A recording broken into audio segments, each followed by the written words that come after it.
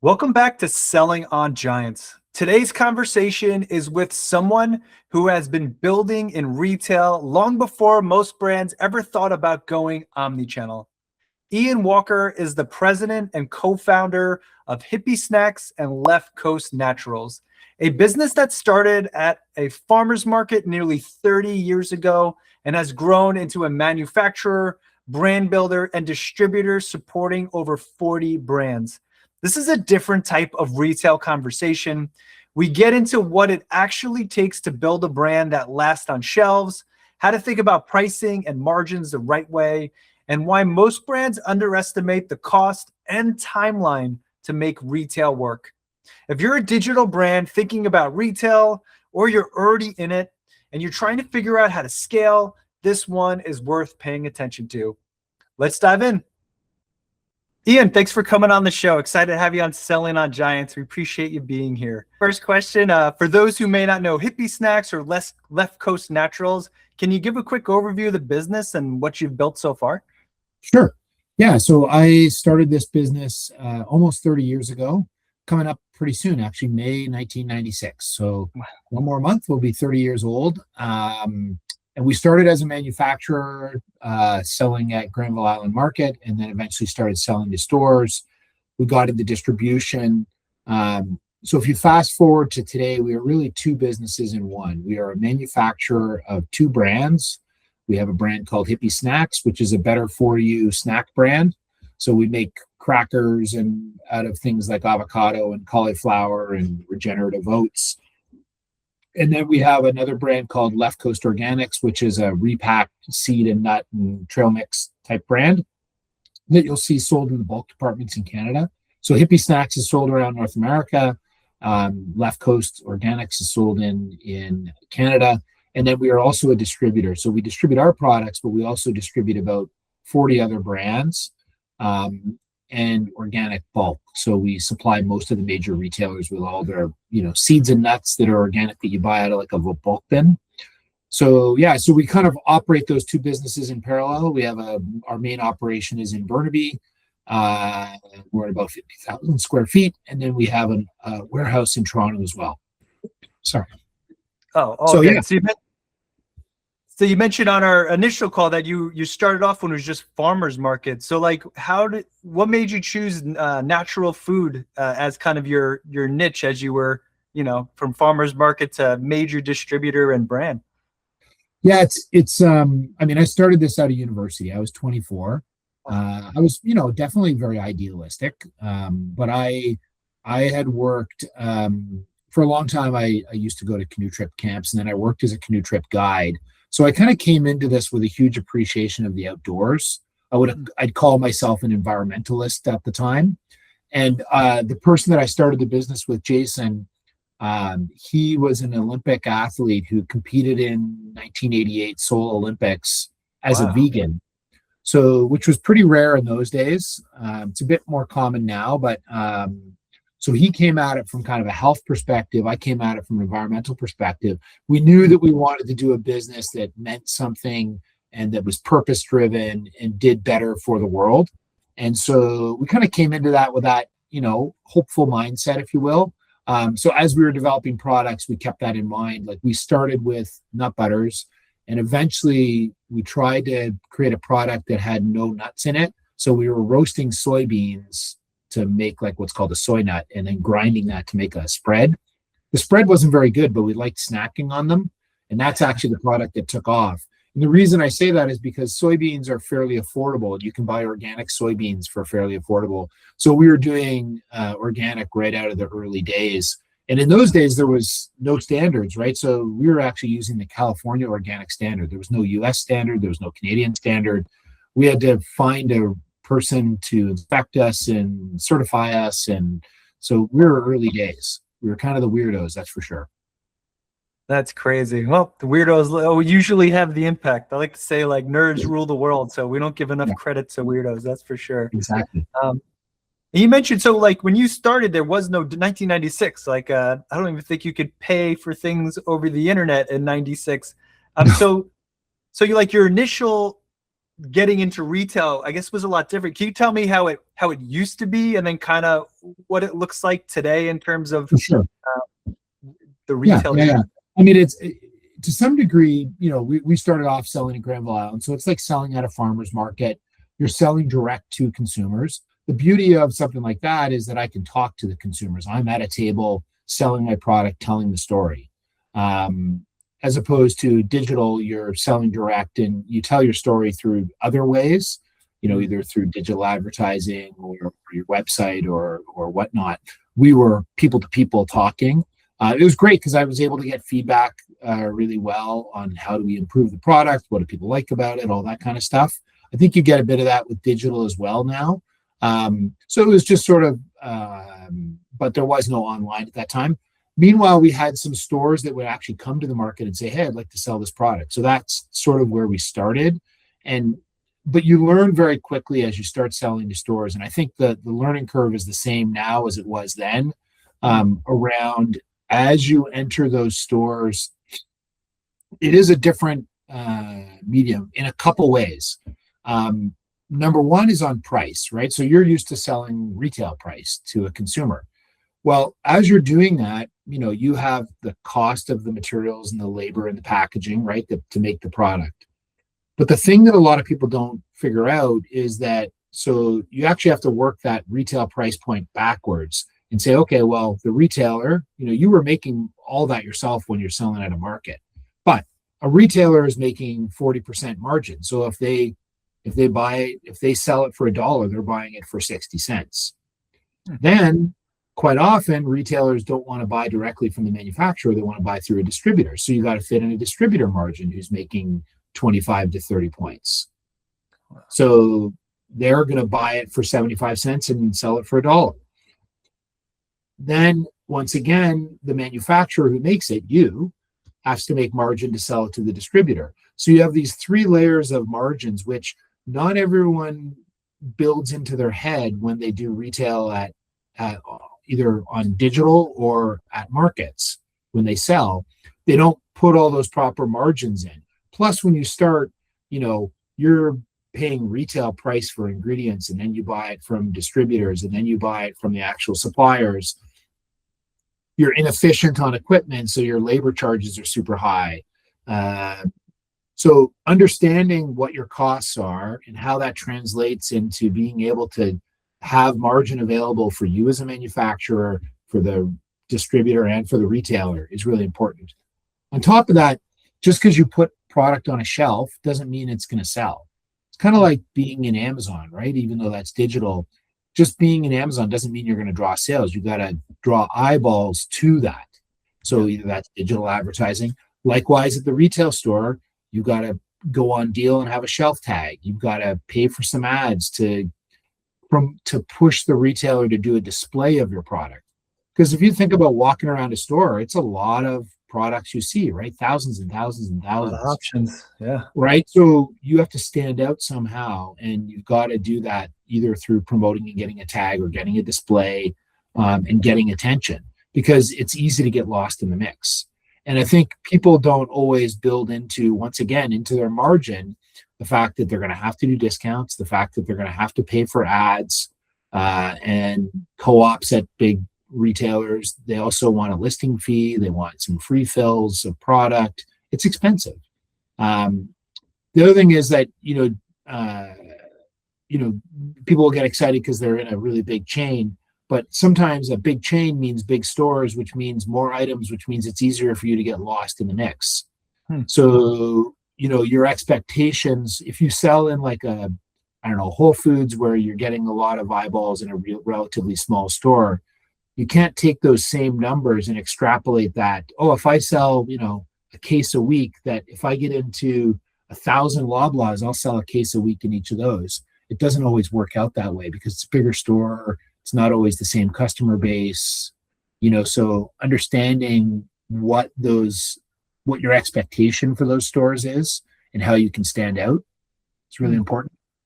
That's interesting. There's the financial and there's the marketing piece that come with it, as well as the expectations. And the other thing that people do is that they try to sell everywhere right away, as opposed to selling to the core stores where you can build a success story. Oh, And, because you can blow your brains out trying to get a listing fee at Loblaws, but if you're not selling well at, I don't know, Choices or Whole Foods, I can't remember if are you in Vancouver or are you in Toronto? I'm actually in North Carolina. Well, you're in North Carolina. Okay, so let's think of who's in North Carolina. Is it Fresh Market that's in that area there? Yeah, we have Fresh Market, Wegmans is big, and of Yeah, course Whole Foods. Yeah. exactly. So, but if you're not selling well at Fresh Market, you're not going to do really well at Piggly Wiggly, Mm-hmm. right? So you've got to make sure that you've got your product dialed in before you go and blow your brains out spending a ton of money. That's interesting. So what I'm hearing too, it's like so I have two questions. First, if I'm a digital brand, you mentioned core stores. So core stores are like where my ideal customers are more likely. In your case, a natural food, so like Whole Foods would make sense. And I guess for those listening who may not understand, how do you know who your core store is? If I'm going to really dumb this down and oversimplify it, part of it's going to depend on your price point. Part of Mm, it's going to depend on your brand image. So, are you a more higher end product, or are you a more sort of cheaper, approachable, familiar product? Most of the people that you'd be talking with would probably be more on the higher end specialty type product. So right away, you're losing some of the more discount retailers that may not have the uh, reasonable, pay scale to be able to afford that, or that are excited about that. You also want to find people that are values aligned. mm, So generally at a Fresh Market, you're going to find more people that will be aligned with around sustainability and natural and clean label ingredients. So generally I would find most of the people that you'd probably be talking to about this would be that same kind of niche. Everyone's we all kind of laugh. We're all trying to go for that 35-year-old woman that goes to yoga and like it's all the same consumer that everyone segments, but they're all really going for the same consumer. yeah, makes sense. Also, the buying power of women between the ages of 35 and 55 is a real thing. Um, Yeah. Another point on that. So you mentioned like when you first start, there's lots of inefficiencies in your process. So to your point, you're getting from a distributor, you're not getting from the manufacturer, and you're learning too. So like you're just making mistakes.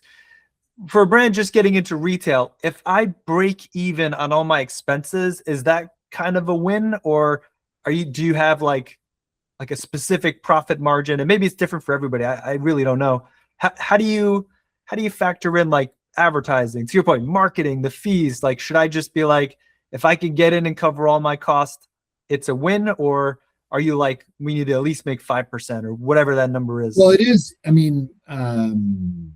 We've got to make sure we're talking apples to apples here. Generally, for the first couple of years, it's hard to make money as a business on the whole. So you just don't have the volume to be paying yourself, paying your staff. Like there is a threshold. You got to be in the high hundreds, getting to the million mark before you can really start paying people properly.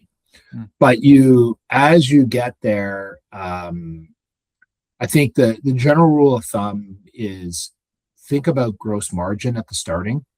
So Okay. you got to make at worst case 40% margin, not markup. So that means it costs 60 cents and you sell it for $1. Markup would be it costs $1 and you sell it for $1.40. But that's not actually 40% margin. That's actually less than that if you do the backwards math. So margin is top down, markup is bottom up. So everyone talks margin. So you need 40% margin at least. Generally 50 would be much better because at 40 you're barely going to make it. So shoot for 50% margin. For some other categories, like I'm talking food. So Yeah. for other categories, it may be higher. So HABA, generally you're looking at 60, health and beauty side of things. So you need a good margin, first of all. And as far as budgeting goes, you got to put at least 10 or 15% into spending at store. So that's just going to be a real, that's a very loose rule of thumb.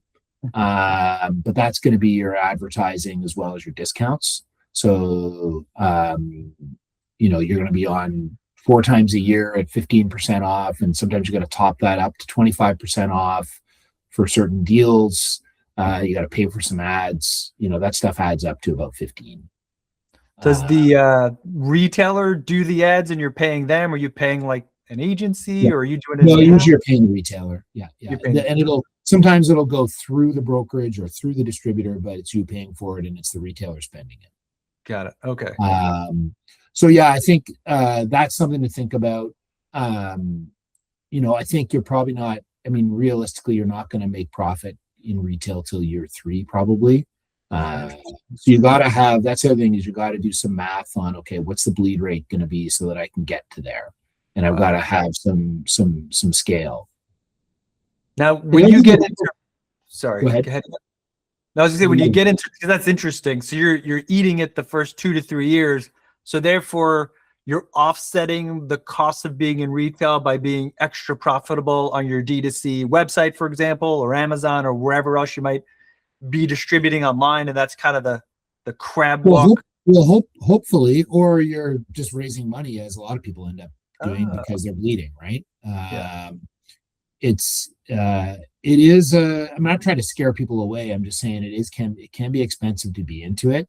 The beauty is, once you're in there, it is a fairly consistent churn. As long as you have a product that turns at store and it's not going to be delisted, you can build upon building. You don't have to keep.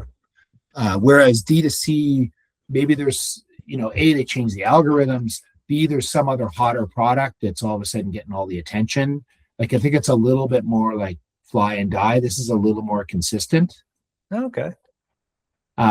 So you get that steadiness and you get that volume. But yeah, there is a lot of this omni-channel discussion right now where people are, doing both sides of it.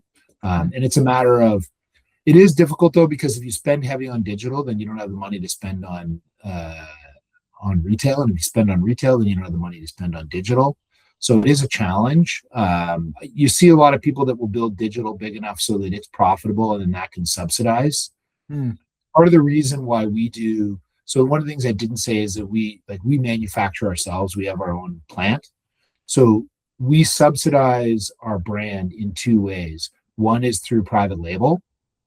So we do private label for large retailers in the US. And then number 2 is the distribution. So the distribution is a profitable piece of the business that helps to fund the brand. So we've happened to follow that model. I'm not saying I recommend that model, because it makes your life it's a lot of businesses at once. It's quite difficult, but it's the way I've done it. Like I'm the only owner. I have no investors. We've been able to cash flow build this business. So we are kind of a rarity, but didn't mean that it made it. I'm not saying that's the exact way you should do it, but it's one of the ways. Did that happen overnight, Ian, or like you 30 years? I mean, you've been in business for quite some time. It must have been an evolution, right? Yeah, the private label thing came fairly quickly.